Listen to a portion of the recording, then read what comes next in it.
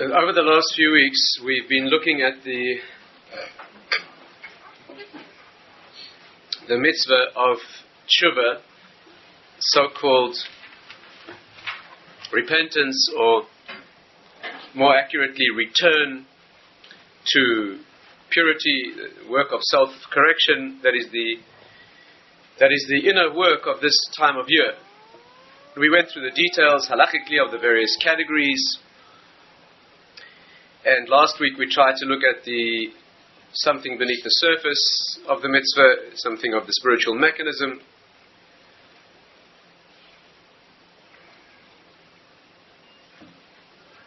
Let's see if we can look at a new angle this week, which I hope will give us a deeper insight into a particular facet of Rosh Hashana.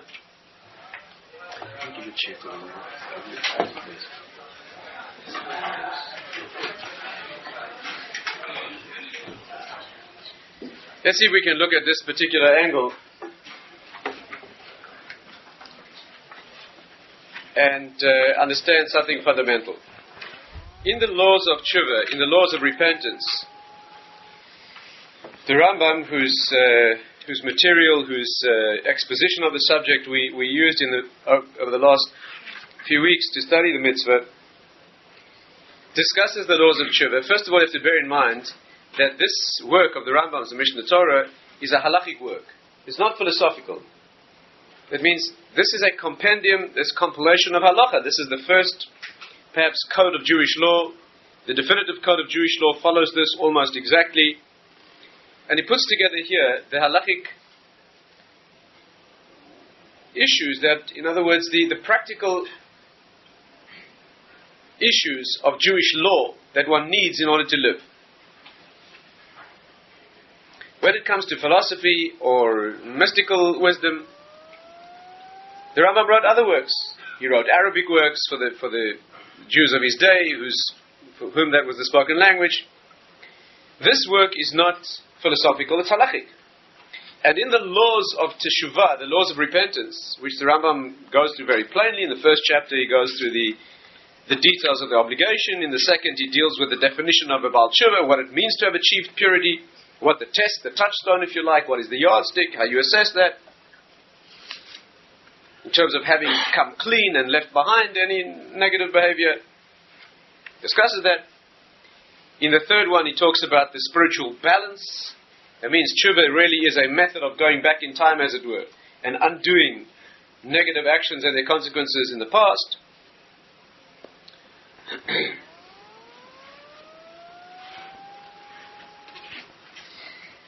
And in terms of that, he discusses the spiritual accounting. He mentions Rosh Hashana. He mentions blowing of the shofar, and he says that the hint in the sound of the shofar is to awake those people who sleep, like the call of a trumpet that is designed to wake one who is in danger and yet asleep. Talks about that. Then he goes into an accounting of the categories of sins that a person can do that are so serious that they cause a loss of one's spiritual existence entirely. In other words, as opposed to other avarice, transgressions in the Torah. This particular list is a list of those that are so, let's say, they offend the spiritual vital organs in such a way that one who transgresses these, unlike any other transgression in the Torah, unless a person does tshuva, has cut himself or herself off from spirituality entirely, from life entirely. Of course, this is halachic. You need to know this. These are the things to correct first. These are things to avoid most strenuously. He discusses them in detail. In the fourth chapter, he goes through the things that hinder the process of tshuva. There are 24 categories, the Rambam says, that prevent or make tshuva very difficult. There are certain things that are harder to undo. Not necessarily more serious. Some of them happen to be more serious. Some are more lenient. But what's unique about this category, these 24 things, is that they make the process of self-correction, these are particularly difficult. And then when he gets to the fifth chapter, he starts talking about an entirely different subject. Entirely different subject. He starts talking about free will. What is a discussion of the first appearances appears to be the philosophical nature of the faculty of free will. What does it have to do? Why is this the place? First of all, why is it halachic as opposed to philosophical?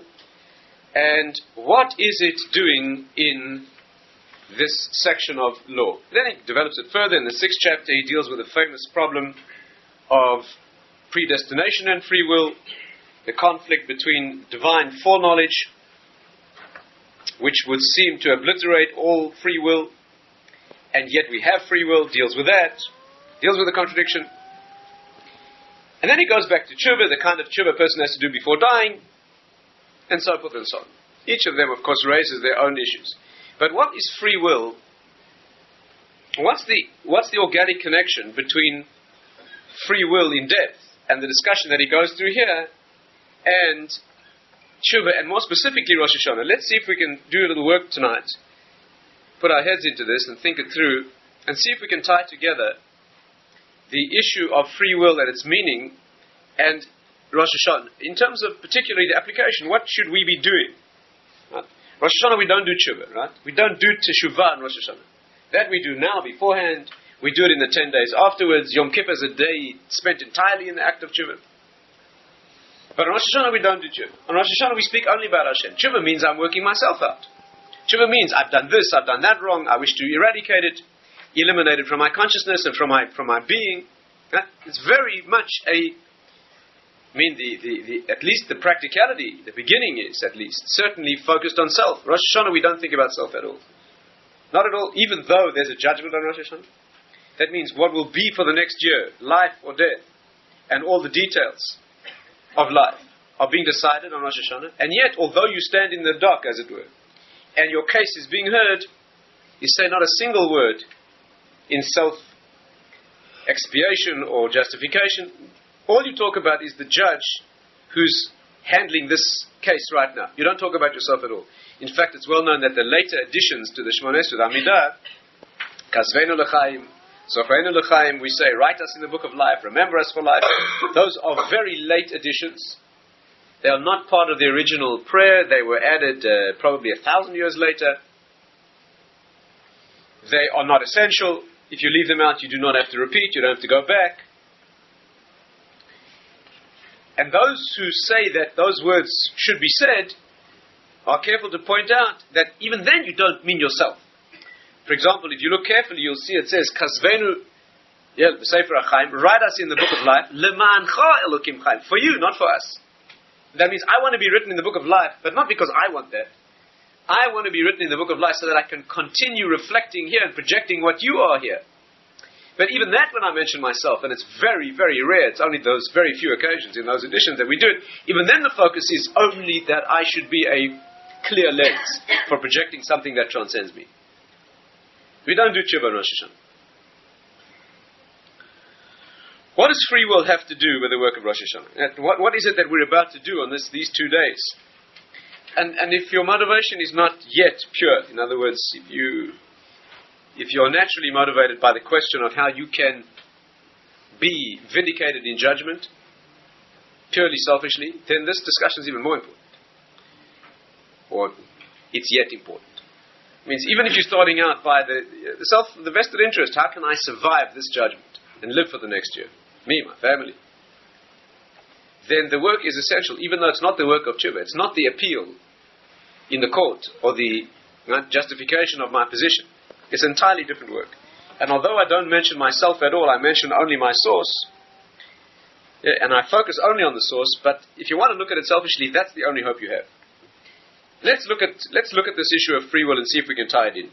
The Rambam's language is like this. I'll read you a couple of lines to introduce it. He says, Reshus l'kol adam nesuna. Free will is given, permission is given to each human being. This is not Jews, by the way. This is not Jews. He's talking here about human beings. People. He says, Kol by olam, all the world is judged, every human being, every city, every nation. Rosh Hashanah's in as much as you're human. Apart from the Jewish issue. Reshus l'chol adam nesuna. Free will is given to each human being. If he wants to bend himself to the way of good, v'liyas tzaddik, and to be righteous, harushus biyado, you have permission, it's in your hand. V'im ratzalatis atzma derech ra, you want to move yourself into a bad road, v'liyas rasha, be an evil individual, rushus biyado, permission is given, it's in your hand. Hu shekasav b'Torah, and where do we know this from in the Torah? How do we know? Where do you know that you have free will? Free will is a challenge. Maybe you don't have free will. There's a prevalent idea in the scientific mode today that in fact you are programmed. Your output is simply the result of your inputs, your instincts, your biochemistry, your conditioning. How do you know you have free will? So the Torah says so. It's not the only way of knowing, but the Torah says so. Where does the Torah say so? We have studied many times together the notion that the essence of a subject, of course, is where the Torah talks about it, but the inner essence of a subject is always located in the time when the Torah talks about it for the first time the Torah mentions something. We've shared this idea together. The first time the Torah mentions something is where the essence of that subject lies. And the logic is obvious. The Torah is an unfolding process, like the conception of a child and its fetal development. The initial fusing of the genes contains the totality of the child. After that, the pregnancy and embryological development is critical, but not as critical as the first moment. And as the process unfolds or rolls on, it becomes less and less potent. The first moment contains everything. Of course, Rosh Hashana is the first moment of the year, and that's why it's critical. Rosh Hashana is the day when the genes of the year are being focused. If the genes for a child fuse in such a way that blue eyes are coded for, the child will have blue eyes. That cannot be changed later. To change that later needs grotesque surgery. Rosh Hashanah is where the genes of the year are fused. That means they're swimming into focus now. The way you look on Rosh Hashanah is the way you will look through the rest of the year. You need very gross and crude surgery. You make changes later. That's the nature. That's why it's a super critical day. The closer to the beginning of the Torah, the more potent and compressed is the message. And in fact, anyone who tracks Torah subjects and knows how to learn up these issues always has that. It should be an ingrained habit to seek when looking up or working out, understanding any Torah subject, to seek where's the first time the Torah mentions this thing. And of course, the ultimate is to find where the Torah mentions it not only the first time, but specifically in the 6 days of creation. Because in the 6 days of creation, the entire reality was created. And therefore, just like the entire body of the child is coded for in that first moment, so in the first 6 days of creation, no issue can arise in the world throughout history, but that it must be coded for in those 6 days. And therefore, to really do your work well in Torah, to understand the subject deeply, you track where's the first time it's mentioned, and where's it mentioned specifically in the first 6 days of creation. Free will is the center of the human being. And therefore, it must be mentioned. Yeah, you'd be very surprised if it weren't mentioned in the very first moments of the creation of human consciousness. Hu shekasu, with that introduction, Hu shekasu b'Torah, this is what is written in the Torah. Hein ha'adam haya ke'echad mimenu. Behold, the human being is like one of us. We're talking here about Hashem, God himself speaking. Who is the one and who is us? That needs discussion. But divine, he's like a divine being. Ladas tevara, to know good and evil. Kloima, says the Rambam, that is to say, Hein min zeh shel adam. This species called man, min, this form of life called man, not Jews, man, hayo yachid ba'olam, is single in the world. Ve'en min sheni doimelo, there's no other creature ever created who is similar in this respect. The human being is the only creation who has free will.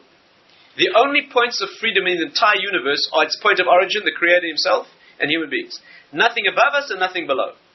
No angel has free will. In practice, there's a discussion about the free will of an angel. But in practical terms, angels don't have free will. None of the cosmic structures have free will. No planet and no... Even in high realms where the Rambam says there is consciousness, but there's no free will. And below us, there's no free will. No cockroach ever does what it's not supposed to do. No bacterium ever does what it's not supposed to do. The only creature in creation who ever does what he's not supposed to do is you and me. Above us, there's no freedom, and below us, there's no freedom. And he says that quite clearly. Ein min sheni doimeloi. There's no other species of being who's similar to human being in this. In this facet. Other species are very similar to us in other facets. They have bodies like us. The human body is no different biologically in its biological tissue than any creature. There's no question about that.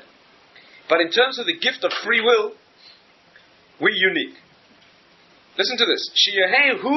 What is the defining, amazing thing, what is the defining nature, what is the defining characteristic of the nature of free will that we have that makes us different than anything else that's created?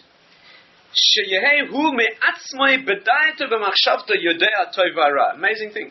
That this creature called man, man and woman, from himself, in his consciousness and his thought, knows good and evil. The Rambam doesn't say that humans have free will because God tells you you're free. The Rambam says that you intrinsically know the difference between good and bad. It's an amazing thing, that. You don't need to be educated to know that you have free will.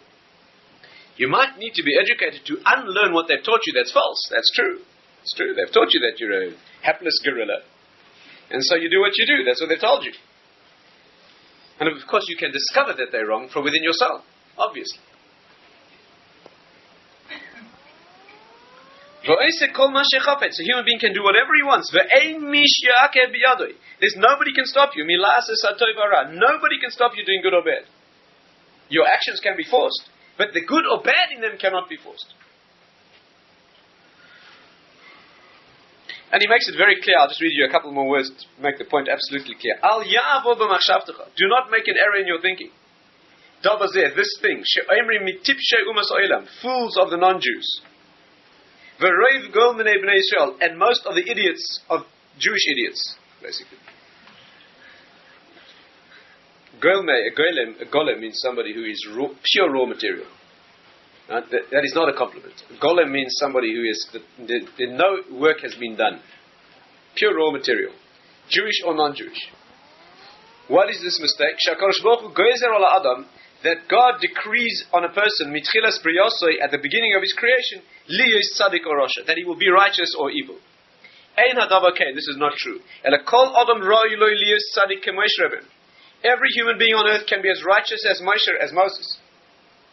Or Rosh or as evil as the blackest character. Or Chacham or Sachal.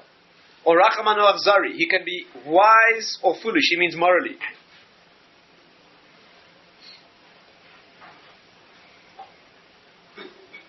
Or kind or cruel. V'chein shar kol hades. And similarly all other attributes of character that define goodness and badness. Nobody can force you in that department. It is decreed, whether you're intelligent or not. Born intelligent, gifted intellectually, born good looking, or less than good looking, is no free choice. Having a particular nature that tends to certain tastes is no free will. The tools, you're not free to choose the tools. But how you use those tools to move towards good or evil, that is entirely free.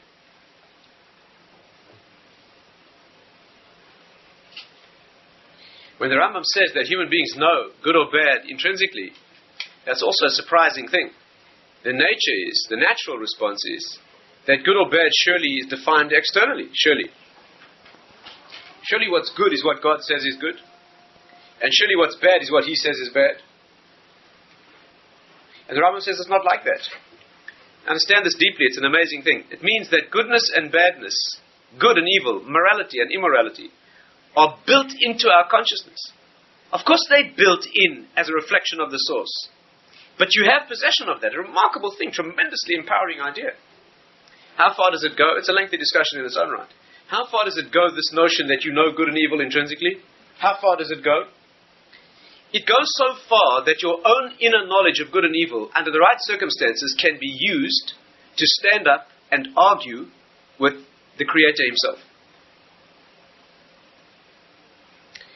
The classic source for that, is that when God is about to wipe out the city of Sodom, and He tells His trusted servant Avram Avinu, that He's going to wipe out the city because their level of immorality has now passed the red line that justifies, that makes continued existence impossible. When He announces, we're talking here about God, not a human judge. We're talking about Hashem Himself. That is the definition of reality. he tells Avram Avinu that he's going to wipe out Sodom, and Avram stands up and says, Hashefet kol haaretz lo yaseh mishpat. Do you understand the statement? Will the judge of the whole world not do justice? A human being stands up and argues, he stands up and says, but that's not right. Just 1 second, 1 moment. Who are you arguing with? Hashem himself, God himself has said that I'm now about to wipe out this city. God is the definition of what is right. Even if to you it looks heinous, but he is reality. And he announces that this city is about to be destroyed. And a human being stands up and says, but that's not right, it's immoral. But what's even more surprising is God agrees. And he enters a negotiation. What is going on? So Avraham Avinu says, look, it's not good and it won't look right and it's immoral and it's not just. How about if I find you 50 righteous people? And God says, okay, you're right. How about 45, he says. I said, fine. There's a deep subject, needs full discussion. But what you see beginning here, you see a glimpse at least, of the notion that right and wrong, and your connection to right and wrong, isn't only because it's defined that way, because God says this is right. You have coded into your consciousness a notion of right and wrong to the extent that when you're faced with an objective definition, no less than God himself speaking to you, you can trust that Of course you can trust it when you're objective. You can trust it when you're an objectified individual. When you become crystal clear, you're a bell that rings, that resonates. Yes, when you're at that level of clarity that he was, you can speak that way. If not, there's no telling whether it's which part of you speaking. When you start to argue with reality, there's no question. But theoretically, at least. And of course, we're held accountable for that. On Rosh Hashana, whenever it is, you're held accountable for that. You can't say, well, I didn't know this detail or that detail, I was told this, I was told that. No, there's a level of inner knowledge, of your own knowledge of good and bad, and what's moral and what's not. In fact, some of the sources, the Hasidic sources, say that before you do an action that's doubtful, one of the important things you should take into account is, it's a very subtle point and very hard to put into words and easily misunderstood. But before you make an action in the world, you should pause for a moment and hear what your heart says. You know, when King David was about to do an action, which was fully justified, every halachic reason, it was in fact saving a life, it was all sorts of... But there was something about it that turned out to be a millionth of a millionth of a millionth of a degree that was slightly offline. And the Tanakh says, Vayach leiv David oiso. David's heart smote him. There's sometimes you're about to do an action, very hard to put this into words, you're about to do something, and it's fully justified. You've argued it through and you've rationalized it. Usually, by the way, if you have to rationalize it many times, it's a sign that it's very wrong. By the time you've figured out what a big mitzvah this thing is, it's probably a reliable... But nevertheless, once you've done it, you worked it all out, you're going to go do this thing. And then you feel inside, and it's very slight thump. Something inside. And we are experts at ignoring that. Experts. But a sensitive individual doesn't ignore that. When you're about to do something that's questionable, and there's a little thump inside, there's some, as you move in one direction, there's some part of you that thumps backward, the other direction. It's an essential element of spiritual sensitivity to pause and understand what that thing is. Because there's a call it conscience, call it spiritual source, there's something that, where does that come from? It's not something that's worked through in the logical process. There's something that's coded in that is so powerful that it's a measure of truth. Where is the source of that thing? What does that thing mean? So let's see if we can try and put our finger on it a bit more closely, and then see if we can understand what Rosh Hashana has to do with this point. The faculty of human free will. Let's talk about that. What we call bechira, free choice. The place where that is located, right? Stay with me carefully. Let's try and give it a form, and let's try and think it through. What we're striving for today is to understand this subject is very difficult. the subject has a root which is literally impossible to understand, logically. But it has to be assimilated. But let's try and carefully build it until we get to the point where the words become inadequate.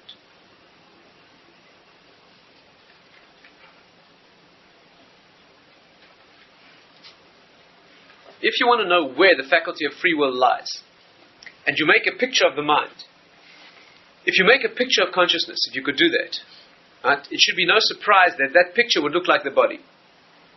If you could draw a spiritual picture of the inner being, it would look exactly the same as all cosmic structures are. The human body. Of course, it's not that the mind looks like the body. It's the body looks like the mind. Because the external physical reality is an external projection of the inner core. But that would be the picture. And if you want to know in that model of a human being where free will is located, it's here. It's in this place where a child's skull is open. Where a child's skull is open when it's born. You know, you can feel the brain of a baby pulsate. There's a connection. There's a connection to source when a child's born. It has not yet closed. There's no bony obstruction there. And as you grow and become further brought down into physicality, and you lose that connection that the fetus has, the unborn child has a cosmic connection, knows the whole Torah, has a light lit above its head. You know where the light is lit? Exactly there, and it shines in. Where do you think the light shines? In an unborn child in the womb. It says, the Gemara says, there's a light lit above, Rosh, there's a light lit above his head. With that light he sees from one end of the world to the other. A light on your head doesn't... When you wish to see something, you don't shine a light on your head, you shine it on the thing. If you want to show somebody the world from one end to the other, you illuminate the world. You don't shine a light on the head. If anything, that would be counterproductive. But what's being said here spiritually is that what the child sees is in his head. The light is shining into that place that is open where the light can go in. When a child's born in the world, the bone starts to grow and covers that. Do you know what, while we're on the subject, what the Rambam says about that? Rambam says that if you sin, if you do things you shouldn't do,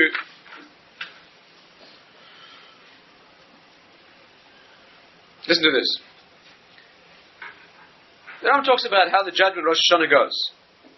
How the sins are calculated against the mitzvahs, and how the balance goes, and how you get a certain credit balance to start with, give you a chance. Talks about it. And how the calculation of your sins goes, there's three. The first three are basically given on credit under certain circumstances. We have to discuss this more fully. And then he says like this, Habeinonim, and those intermediate individuals whose judgment hangs in the balance, Im haya bichlal mechza avoyne shal. Listen to this amazing statement. If a human being is judged on Rosh Hashana, and it turns out that he's exactly 50-50, imagine a person comes up with an exactly 50-50 score. 50% of his actions and his output has been spiritually positive. 50%, you have to discuss what this calculation means, but 50% is spiritually negative. Then he is hanging in the balance. Says the Rambam, if in the 50% of negativity, shaloi hiniach tefillin, that he did not put on tefillin, this man did not wear tefillin, may olam ever, danin oisa kefi chetoi v'yesh, this individual is judged entirely negative. Doesn't lose a share in the world to come. But, you hear what Rambam telling you? That if you have 50-50 exactly, all the mitzvahs count against all the averis. But even if it's 50-50, but one of the negative elements happens to be the sin of omission of ever putting on tefillin, then the balance falls off negative. What suddenly tefillin? Why tefillin? Not murder, not... The concept here is that tefillin, the mitzvah of tefillin, the Rambam says a man who's never put on tefillin. A man who has never put on tefillin. You should put them on every day. In Torah times, in Gemara times, you used to wear them all day. Today we're not able to wear them all day. To wear tefillin, you have to be clean. To wear tefillin, your mind has to be clean. First of all, your body has to be scrupulous and meticulous. You have to be meticulously clean. You can't afford to fall asleep with tefillin. But not only that, your mind has to be clean to wear tefillin. Today we put them on for Shachris, And we take them on right afterwards. Why? Because your mind's certainly clean when you're davening Shachris, isn't it? I mean, if it's not then, when then? So during the time when you're supposed to be speaking to Hashem, but then take them more quickly after that. Who's capable of wearing them all day and at that level? But why tefillin? Because tefillin reopens that connection. When you've grown up and the bone has closed and you've lost your connection, no light shining in anymore. Tefillin opens the connection. That's what it does. That's unique about this mitzvah. In the Kabbalistic literature, tefillin is called Bekiyas HaMoichin. That means the bursting out of the brain. You know what that means? That the brain, the Moichin is not just brain. It means the power of mind. It means that spiritual source. It bursts forth through the bone. So a person who's never done that,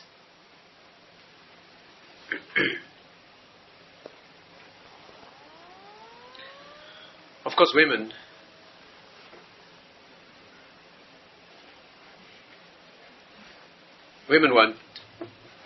do not wear tefillin, and the reason here is because they never lose that connection. They never lose that spiritual connection. An unpleasant subject to dwell on, but the point is that those of us who need them. What's the concept? The concept is that this place of source, as it were, we're not talking physically here, we're talking the physical representation is tefillin on the head. But in the spiritual source, you're talking about a thing called moichin, that means the source of consciousness, the source of who you are in essence. That is connected to something beyond the self. The physical representation is a Jewish man with tefillin on. Do you know where you have to wear your tefillin? Do you know where on the head you should put them? People walk around with their tefillin over here. It's completely wrong. Completely wrong. You have to wear your tefillin, says Rashi, where a child's skull is open. They have to be on that part of the skull exactly which was once open. Above here. Kosher tefillin.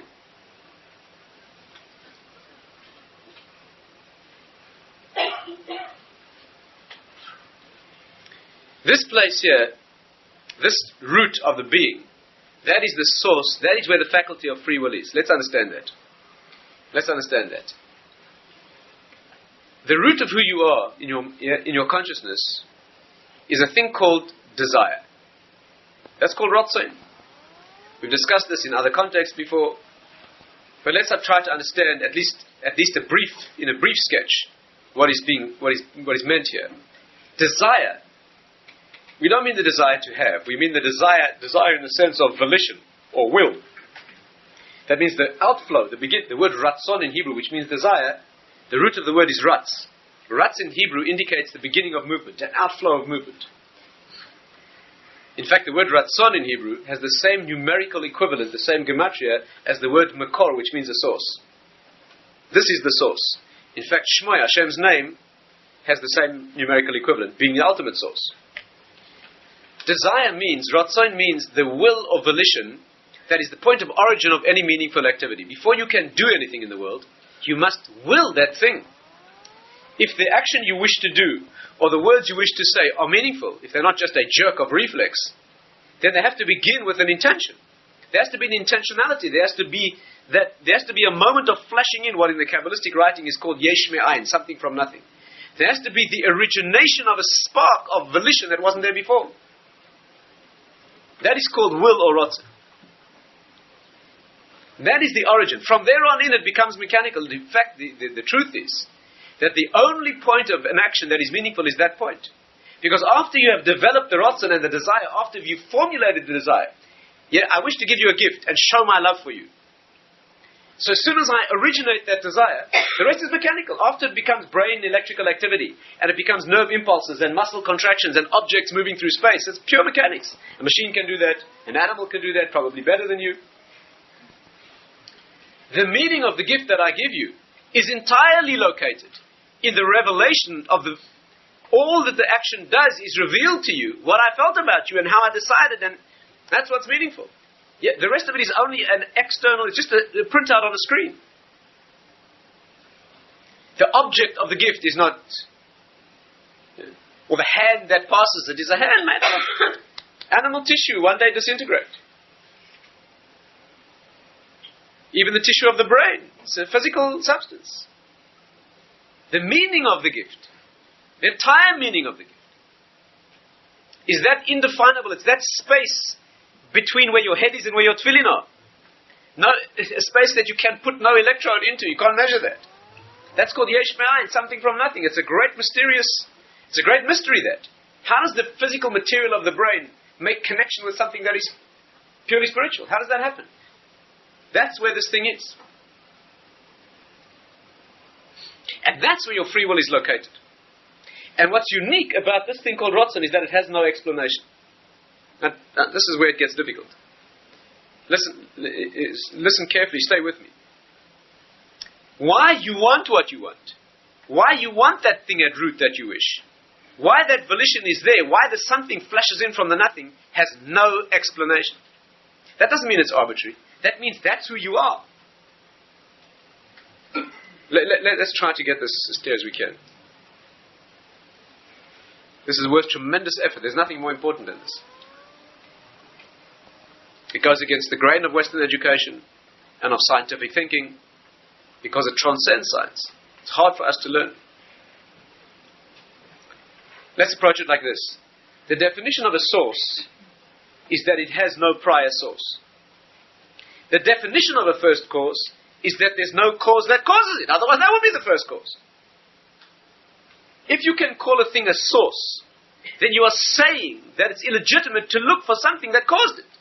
Because then this would not be the source. So if I say that this thing called Ratzon, if it's a true Ratzon, that means if it's a real point of origin, and it can be numerically equated, if it has the same, if its equivalence is measured as the word source, makar, then you can't go looking, you can't go and look within the system for what caused it. Which means that you're dealing with a miraculous thing, you're dealing with a mystical thing, something that is because it is, and not because something else caused it. It does not follow, it begins. Can you see that if it were not for this, you wouldn't have free will? If your point of origin were always traceable to another point, then everything that you ever did would always be the result of something that had caused it. Are we getting somewhere? Free will only exists because there's a faculty that you have for originating something that's not caused by anything else. A real free will action, you can't say he did it because, then you're denying his free will. Why did he murder that individual or perform that heroic act? It's because of how they brought him up. So he wasn't guilty. It was his mother, or his grandmother, or the movies, or the... You have to say, he did it because he did it. That doesn't make sense. There must be a cause. Well, if there is a cause other than him, other than you, then you're denying free will. Then go blame the cause. Is the point clear? But that's a marvelous thing. What do you mean something that is there because it is? It has no That's who you are. No animal has that. An animal is only a feedback loop. An animal is only a reflex activity. A machine is only what's coded into it. The only point of freedom. What is Hashem? What is God? He is the point of origin. He doesn't have a source. He is because he is. Everything else is because of him. The only thing that mirrors that in the world is you. Many sources say, you can look it up in the beginning of the Meshech Chochmah, for example, many sources say, what's called Tzelem Elokim, that means that the human being is created in the image of God. What do you mean in the image of God? The shape of your nose? The look of your face? What does it mean? That's also true, by the way. But the deep source of Tzelem Elokim is your free will. Where you resemble him is that you are free. The only thing in the universe or outside the universe is his free will. Nothing causes him to do anything. He does it in and of himself. What we say, mineu bei, within himself. And the only thing that's like that in the world is you. You do the things that you do that are acts of free will. Most of what you do is not free. The vast majority of your actions are not free. But the things that you do that are free, like the Rambam says, you turn yourself onto a good way or a bad way, no matter what your circumstances. That is no cause for other than you. This is such an empowering message in a society that teaches that you're not responsible. Or they hold you responsible where it's convenient and they say you're not where it's not good. The message here is that you are entirely responsible. Because you're not caused by anything else. The meaningful actions, not whether you're intelligent or good looking. The meaningful actions, whether you're good or bad. Which is what Rosh Hashana is all about. Which is what you're here for.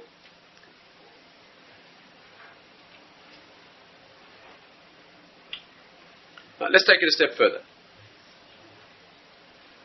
Can you see the importance of this? No? Is external causation irrelevant? Obviously not. How do we fit that in? Let's say a person has external causation. Let's say a person does an immoral act, and you can quite plainly see that their background or their inputs are relevant. What about that? What about a person who's brought up with a very immoral circumstances? What about a person with a problem, who has a problem? Let's call it an organic problem, a genuine problem, and they behave in accordance with that issue or problem. I'm talking about somebody who's deranged, who's psychotically detached from reality. Are not external causes relevant? Now, stay with me carefully. Again, this is one of the most classic issues in Jewish thinking. The classic source for it is Rav Dessler, and I'll try and explain very briefly what he says. Again, we've discussed this fully in another context, but just let's try and extract what we need. Rav Dessler says the following thing. It's a most classic exposition, and it's something to have in front of one's eyes always. Free will operates only at a particular point that is called Kudus. You are only free at a particular point. That means on a scale of moral issues, or in a scale of morality in any particular dimension of your life, you are free only at a particular point. Things above that point you are not free because you haven't risen to that point yet. And therefore you're guaranteed, as it were, almost guaranteed, to do those things wrong. And as it were, you're not guilty. Things beneath the point of free will, you are always doing right, and it's not really your credit, because you're above that. That's got nothing to do with free will. Those are out of the range, out of the zone of where your free will is the point. If we need an analogy, yes, if you need an analogy, then if you play tennis, you can only be meaningfully said to be playing tennis against somebody whose skills are comparable to yours. A little above, a little below. That's playing the game. Right? If you march out onto the court and challenge a unsteady 3-year-old to a game of tennis, and you manage to win,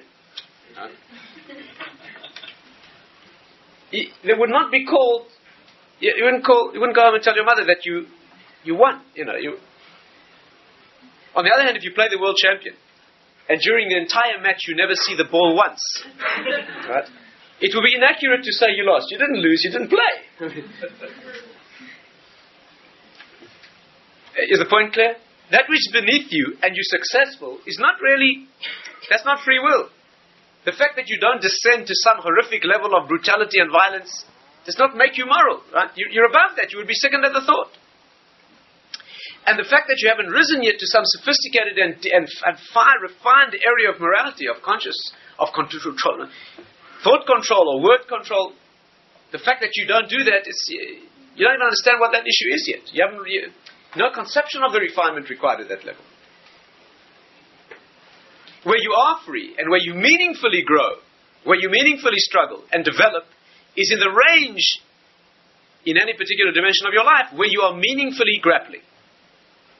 That's called free will. Where are you pitched on the scale of free will? Where is your Nekudas HaBechira? Where do you find yourself on the scale of free will? Wherever you find yourself may well not be your fault. It may not be your fault.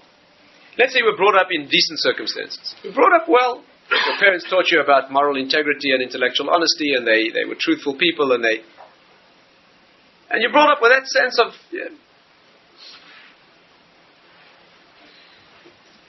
And it's not your habit to mug frail little old ladies on the street, for a living. It's not your habit. Is that an achievement? It's your parents' achievement, not yours. There's no credit there. It's not in the realm of your free will. You wouldn't do that. You wouldn't steal. When you say, incidentally, on Yom Kippur, you say, Gazalnu, we stole. What do you mean? Understand this well. You say, Ashamnu, Bagadnu, we were treacherous, we stole, right? Etc., etc. The whole list of crimes. One person said to me today, I can't say those, I haven't done those things. A man said to me, I can't do that. What is this confession? Murder, and adultery, and sexual immorality, and theft, and robbery, and so forth. What do you want from me? There was an individual who tried that on the Rambam once. A man went to the Rambam and he said, Rabbi, I can't say these things. It would be dishonest. I haven't done any of it. The Rambam showed him how he transgressed every single one. Where? At his level of refinement. What do you think it means when you say, I have not stolen? So you've got the self-righteous image that, when you walk down the main road here, you don't, when you see a brick lying on the pavement, you don't pick it up and heave it through the jewelry store window and make off down the road with the goods. You don't do that. Not often, let's say. So you say, I haven't stolen. That's not what you mean. That's not what you mean. That's not what you mean. There is an individual who should mean that. That's the person who's brought up in the gutter. And who knows nothing other than mugging little old ladies. So that's his level of morality, but it's not yours. When you say, I have not, I've stolen, you're not referring to that. You know what you're referring to? The fact that when you work for someone, you're employed someone, and you make a private phone call. You make a private call. You're employed by someone. And you call home. You spend 5 minutes on the telephone. Do you know what a crime that is? First of all, you're making a call that he's paying for. And secondly, there's 5 minutes that you're being paid to work that you're not. That is actionable in Jewish law. Now, if you work in an environment where there's a tacit understanding that you can call home, which probably in most normal work environments an employer understands, and Jewish law recognizes the custom of the place. So if it's tacitly understood that when you get employed, although the contract doesn't say so, you can call home occasionally, so then that's allowed. How about long distance? Not simple. It's not simple. It's not simple. If you borrow someone's pen or read their book in Jewish law, that's called theft. If you wake someone who's sleeping, you know that? You're walking a little noisy, your wife stirs, she wakes. That's called stealing. And you know what? You can't pay it back. That's problematic. So what do you mean, I have not stolen? Yeah. The consideration here wasn't in the first place whether you heave bricks through jewelry store windows. Those of you who don't. The consideration was, how quiet were you when you walked in? And what liberties have you taken? I hate to tell you this, but strictly speaking, if you work for someone, you pay the salary. If you don't work fully, there's an element of misappropriation there.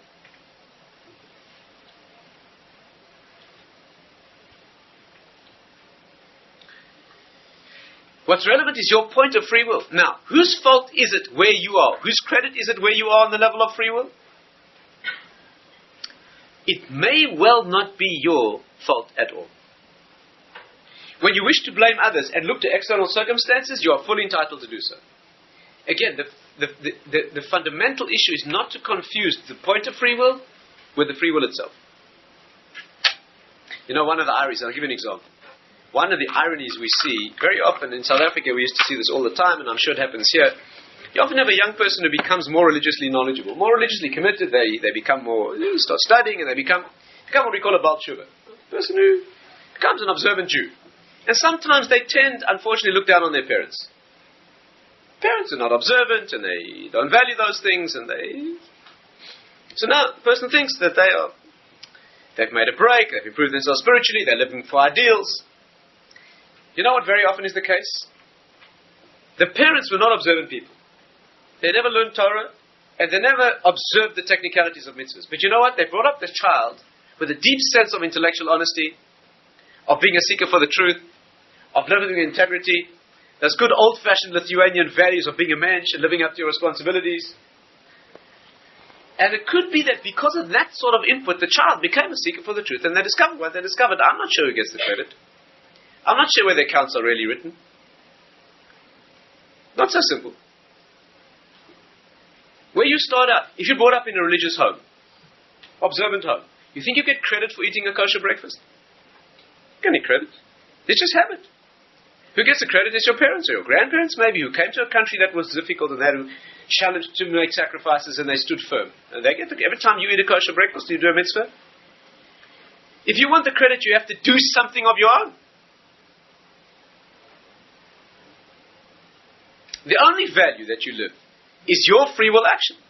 To the extent that there are products or outputs of what you were given, that all it does is set the point of free will. If parents bring up a child with miserable, disastrous abuse and And the child begins, instead of where they should have, they begin at the bottom of the scale of free will. There's no damage to them. There's no damage to them. They don't get judged for that. They get judged according to what they do at that point. What's looked at in Rosh Hashana is, what did you do with your raw material? Your circumstances, your looks and intelligence and financial background and so forth and so on. And religious education and moral education. The question is, how much of that did you maximize? Why does the Rambam say you can be as righteous as Moses, as Moshe Rabbeinu? He means that Moshe Rabbeinu achieved 99.9% of his potential. And if you achieve 99.9 of yours, you look like him. The fact that yours looked this big and his looked cosmic it wasn't his credit. The fact that he was born with that potential, not his credit, and not judged for that. Are you with me? Isn't that obvious? You know why it's not obvious? Because you went to a school. You went to a school where they judged you all on the same standard. That's what they did. They made a child come home feeling like an idiot because he didn't get the same mark as another child. Do you know what that is? That's not Jewish education. That is annihilation of little Jewish children. Do you know that in a truly Jewish school, marks should never be read out in the classroom? You know that? And prizes should never be... If you want a heartbreaking experience, if you ever want to be brought to tears, it's a good idea if you want to do this between Rosh Hashanah and Yom Kippur. You go and visit a junior school prize giving. Go to a scenario where they're giving little 7 and 8-year-old children prizes. And what you'll find is, invariably, there's one obnoxious, precocious individual who gets all the prizes. And next to him is sitting a little 7-year-old. His heart is breaking because he'd give anything to come out with a prize. He's not going to get one. That's education. That's not Jewish education. Jewish education is that the stress you put on the child is the extreme demand that he should live up to what he's capable of doing. What on earth is it relevant to him what the next child's capable of doing? The only relevance is that the teacher, the parent, needs to know what is the standard for that age group. They have to know that. Nothing wrong with that. But to make the child feel like he's a failure because he didn't do as well as somebody else, what is it? The judgment on Rosh Hashana is, and the judgment in the next world is, how do you look compared? You know what you're shown in the next world? You are shown brutally, honestly who you are, and right next to that a picture of what you could have been. But that's all you see, no one else. You know that? The Gemara says in the next world you're entirely alone. Every individual in that world has a place of residence on his own. There's other dimensions to this as well. But from one particular perspective, you are entirely alone. Except for the fact that husband and wife, it says. Husband and wife are permanently bonded into one reality. It's good news for some of us, problematic for others.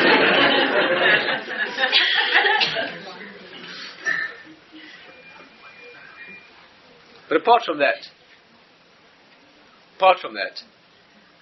you're alone. You know what it means to be alone? It means that your judgment is simply being exposed to what you've become and seeing what you could have been. That's all. They don't show you what somebody else has become. What's it going to do with you? So when you educate a child, the teacher should call the child in and say, look, you're a failure. Why? Because you could have done better. And by the way, by that standard, you could call a child who got 99% a failure. Definitely. Definitely. If a child is a 100% child and they get 99, they should be held to account for that. But what sense is this? Of course, when children are older, our sources indicate, when children are 14, 15, 16, then you can certainly compare them and you can be as unfair as you like. And the reason is life is unfair. And children have to, there's nothing wrong with that. There's nothing wrong with competition and at that age. But not when they're 7 and 8 and 9 years old where they don't understand that. When a child defines his success and his self-esteem by comparative. Isn't it obvious? Again, the principle is, this is so important, where a person is pitched on the scale of point of free will, has nothing to do with his responsibility.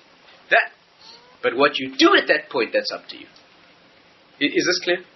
A person who's brought up mugging little old ladies for a living, whether he does or doesn't mug little old ladies, got nothing to do with him. It's not his free will. That was his starting point in life. But what he does on the next occasion when he's faced with that opportunity, the next time a little old lady hobbles past with a purse, and he decides that instead of killing her, he's only going to crack her skull mildly. That's a tremendous moral advance. That's a tremendous act of spiritual greatness for that individual. and a great righteous individual who's thinking his Torah thoughts and is wondering how he can put it across to his students in a more sensitive manner while he's under tremendous pressure with responsibility. So his ordeal is coming up with another degree of level that he can push himself to. He gets reward for the little old lady that he didn't mug. When I get up to the next world and Hashem says, Tatz, what did you achieve on earth? And I say, Hashem, I never smashed any little old lady's skulls. You think he's going to say, Yishkach, very impressive, he's going to say.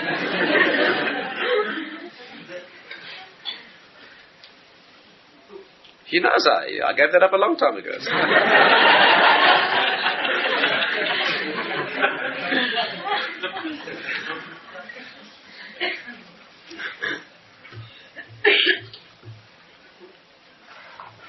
And it can even be a function of serious problems. I think I once shared with you the contact I had with a young woman who had a problem of stealing. There's a girl from a wealthy family. She's an intelligent girl. She has a psychoneurotic problem. That when she walks into a supermarket, she takes sweets and puts them in her pocket. The reason I was involved is because she was in court for the 10th time, and the psychiatrist who was dealing with it was asked to testify. The magistrate asked him to testify about whether the girl was sane or not. And this girl is sane, there's no question. Insane means psychiatrically defined as psychotically detached from reality. She's not detached from it. She knows exactly what she's doing. She knows it's wrong. But she has a tremendous compulsion. She has a tremendous compulsion. She derives tremendous pleasure when she puts those sweets in her pocket. She has all the sweets she can possibly eat at home. She has all the money she needs to buy as much as she wants. She has a problem, this girl. And my friend was in big trouble, the psychiatrist, because if he tells the judge, if he tells the judge the girl's insane, she'll be psychiatrically, but he can't do that. And if he tells the judge that she's sane, she'll go to jail. And she'll probably die. What happens to free will in that situation? The answer is very plain. The fact that this girl has this problem has got nothing to do with her free will. May not have anything to do. It may be genetic, it may be biochemical, it may be functional, it may be because of her background, her family, her mother did something when she was 3, her father looked at her. All of the above, none of that. It's all possible. Where's her free will? When she stands in that supermarket and the sweets are there and she decides to put her hand out and take them, she's fully accountable. The fact that you don't is because you don't have that problem. Is the point clear? Her point of free will is there. That's what she's dealing with. But whether she does or doesn't do it is up to her. I once shared with you, I think, the example of a few young men in New York who almost killed a young girl who was brutalized and beat up a young girl who was jogging through Central Park. And what was fascinating about it is that when they were caught, they said they did it for fun. They were apprehended by the police. They said they did it for fun. Okay. Why the case made legal history is because in the courtroom, their defense offered a new line of argument. The line that they took was, they said this: these young men were brought up in the Harlem ghetto in New York, in Upper Manhattan. And they were brought up in the worst of circumstances. They were beaten and abused and abandoned and poverty-stricken, and they had the worst possible. And they were brought up in a society where that is what is done. So how can you hold them accountable? Actually, the technicality of the case was the legal team tried to invalidate the jury. They said, you can't judge these people, you don't have their background. You, who come from a more decent, refined background, how can you judge these people? But the basic point is, it's a challenging issue. The basic point is that, do you know why you don't mug girls running through the park? Because you weren't brought up that way. So the answer is, the fact that they define fun as beating up a girl in the park, or show their macho, the fact that that is their world and their reality is not their fault. But doing the action is their fault. Beating up somebody where you have enough human intelligence to know that you don't enjoy being beaten to a pulp with a lead pipe, that much you know, then you're accountable for doing it to somebody else. The fact that it's your issue may not, do you understand the point? Why wouldn't you do that? Because you'd be sick of the thought. Is it your credit that you'd be sick of the thought? Of course not. You were brought up that way. And therefore, the resolution of this problem is very simple in Jewish terms. The point of free will, where that's pitched, has got nothing to do with free will. Very possibly. And often entirely. But what you do at that point of free will, that's who you are. And therefore, at the point of free will, you do what you do because you are free. Nothing to do with your upbringing and your background and your genes and your chemistry. That determines where you operate. But at the point where you operate, that is you. Now we ask the question, and what causes you to make the choice that you make at that point? And the answer is you. You can't blame that on anybody. You can blame your mother for the fact that you have this particular problem. Yes, she's the cause of the problem. But how you handle the problem, whether you succumb or you're victorious, that's you entirely. What explains whether you're victorious or not? Nothing, that's you. That is who you are. That's what free will means. Don't look for an antecedent cause. That's illegitimate. You're denying free will if you do so. What does this have to do with Rosh Hashanah? Let's try and close the circle and bring it home. On Rosh Hashanah, you lift yourself to the point, to your point of origin. Tshuva means that you go back to the beginning of your consciousness. You go back to the purity, to the original. You go back, you lift yourself to the source of who you are. Tshuva means you examine your ultimate desire. You find what it is that moves you, makes you tick, what turns you on. That's who you are. Because what you want at root, the desire that you have that has no reason, is who you are. Incidentally, because the root of the human being reflects the root of the world, just like Hashem is one, so you have one desire that fuels you. You know that? If you want to know who you really are, seek the one underlying desire that has no reason, that fuels all that you do. If you haven't done that, you have no idea who you are. If you want to do an exercise before Rosh Hashanah, put yourself in a room on your own, close the door, still your mind, and ask yourself ruthlessly, honestly, what do I really want? And when the answer to that question pops up in your mind, and you'll find that it is not complimentary, it's usually quite humiliating. If you're being honest, it's usually not what you would like to find. And when you find the answer to that question and you know what it is that you want, ask yourself, why do I want that? Why? What motivates that desire? You'll find, well, because if I had that, I could do something else. Okay, good, fair enough. Why do you want that something else? Because if I had that, I could do or be something else. Good, fair enough. But sooner or later, you'll get to a point where there's no answer to that question. Why do I want that? It's just who I am. That is who you are. The single underlying desire that fuels all the others, that is who you are. And it may be a very embarrassing exercise. That's what Rosh Hashanah is about. Rosh Hashanah is about getting to the root of yourself and connecting it with the root of the world. There's nothing more empowering than that. When you can get up to the source, not the habit patterns that you've got into and the things that you do, but when you get to the root of who you are, that one single underlying desire, what is that? What's the reason that that's your desire? Illegitimate question. That's who you are.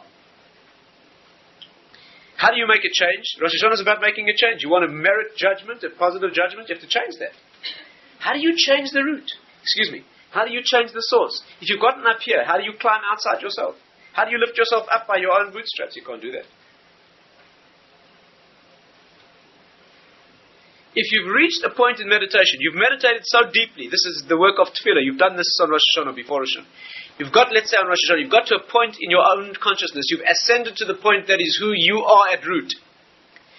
This is not something that you do, this is who you are. Well, how do you change that? What are you going to say? Hashem, I don't want that, I want something else. You're lying through your teeth. You've now discovered that what really makes you tick is the desire to be comfortable and happy and warm and that no one should bother you. That's what you've discovered. You want to curl up in the sun and go to sleep like a dog. That's who you are. There's worse, believe me, there's a lot worse. So now you say, Hashem, I just want to be your slave. God, I burn to serve you. You're lying through your teeth. So how do you, so what do you do?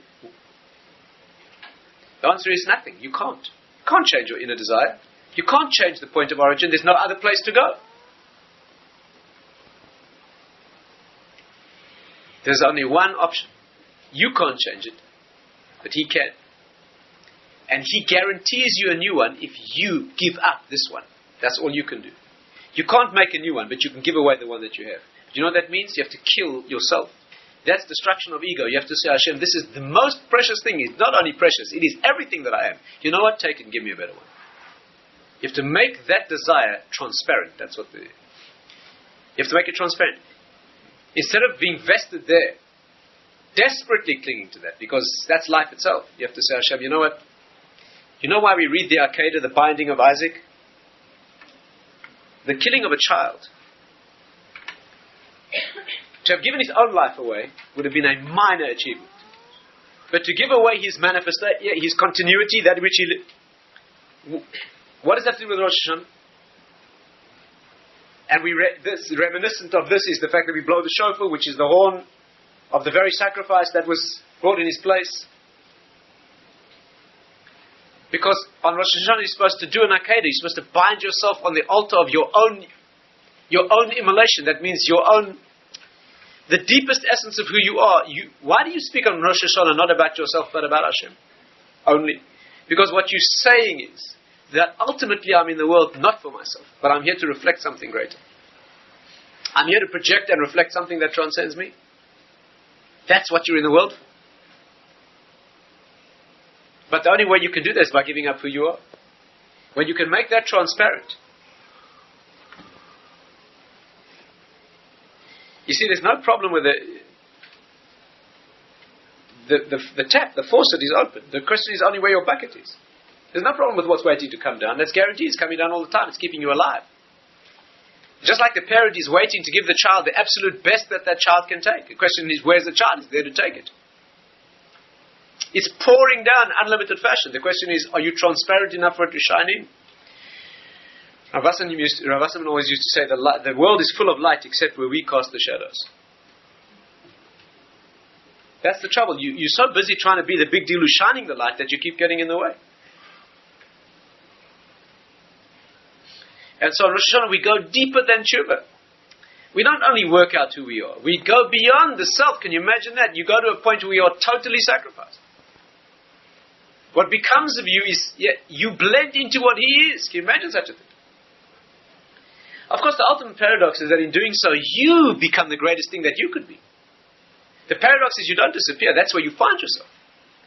Jewish teaching is not that you become nothing and a nobody and you blend into a universal parav, sort of cholent of... That's not Jewish teaching. Jewish teaching is that you use all your talents, you use all your personality, use all your natural motivation. You evince, all of that. It was given to be used, not to be destroyed. The only thing that's destroyed is the personal, childish, vested interest, that's all. You have to understand this deeply. A slave. You want to be an Eved Hashem, you want to serve him as a slave? A slave is not someone who comes to his master and says, Master, I'm your slave, push me, pull me, I'm patting your hands, do what you want with me. That's not a slave, that's just a nuisance. A slave is a person who comes to his master and says, Master, I'm burning with ambition. I'm longing to fulfill myself. I have an uncontrollable desire to use all my gifts and all my talents and enjoy it richly, but I want to do it for you, not for me. That's a slave. In a genuine love between two people, there's no greater personal pleasure. Hear this paradox. In a genuine love between two people, there's no greater personal pleasure than giving yourself entirely. In fact, it's the only way. Because while you utilize the relationship to try and get the other person to do for you, while you keep making those demands, you keep destroying the relationship. The paradox is that when you can learn to give yourself away entirely, which is what love genuinely is, not only give yourself entirely, that they become you. That the paradox is that when two people give themselves to each other so entirely that they each disappear into the other and form a unit that is far bigger than the sum of the parts, the ultimate paradox is that's where you discover who you are as an individual. You don't lose yourself. And what do you do when you discover who you are as an individual? You keep it, you put it right back in. Give it away, you give it away again. So if you want to know who you are in Rosh Hashanah, you want to achieve that thing that is you genuinely, you have to first give it away. You have to get to that point of who you are and be prepared to have that elevated. While you selfishly cling to that because that's all you are. You are that thing you're clinging to. But if you get on Rosh Hashanah, you can talk not about yourself entirely. All you talk about is Malchus Shamayim. Kabbalah's all Malchus Shamayim. That means there's something larger here, something infinitely larger. And I'm the manifestation of that. I'm the lens through which that shines. So then the lens itself becomes illuminated. You become that. Can you imagine the proportions that you swell to? Of course, you're not doing it for that. And therefore, the Rambam talks here about free will under the subject of tshuva, going back to the root of who you are. The root of who you are is where you are ultimately free. It is that point of origin that has no explanation. It is definitional. That's who you are. It is that mysterious and miraculous thing that isn't mechanically caused by something else. It's the point of origin of the system. The only cause of that is something that's outside of the system. You have to enlarge your system to get there. And Rosh Hashanah is exactly that. Rosh Hashanah is the day of getting to the point of origin and going beyond that point of origin of the world, of the human being, in as much as he's human, let alone Jewish. It's not a day for working on the self in terms of the smallness of my own personal identity. We say all the tefillahs in plural. The first thing we do is we expand to the level of us as a people. When we phrase our tefillahs in plural, we don't speak about Jews, we speak about the whole world. Jews as well, the whole world. And what we want on that day is to go beyond the source. This is the connection. The sound is the sound of the shofar, which goes deeper than words, to the point of origin of sound itself. It's an inarticulate cry, which is just the voice itself speaking, crying. And that's what the day is. So the work here to remember, before I wish you all a Ksiva V'Chzima Tova, that we should all be written and sealed immediately. The first opportunity. Not need to have anything heard on appeal later. Is this thing. You're anxious for yourself. You have bigger ambitions. You're anxious for world peace. You want things to be resolved. This is the way. The way to do it is to... That oneness that will be revealed here is only when the whole vessel becomes a vessel for that thing, when the lens is polished so that the light can shine in. That will be the resolution of the problem. But our job is to shine the lens, polish the lens. To go out there and start making light shine. You see that they're trying to do that, and you see that they are not... The record has not been good, yes. Not for the last 5,762 years, it hasn't been good. Our job is to polish the lens, that's all. It's to reach that source of consciousness, be able to give it away in a binding that is a sacrifice. And in being able to give that away is the point of being able to find it.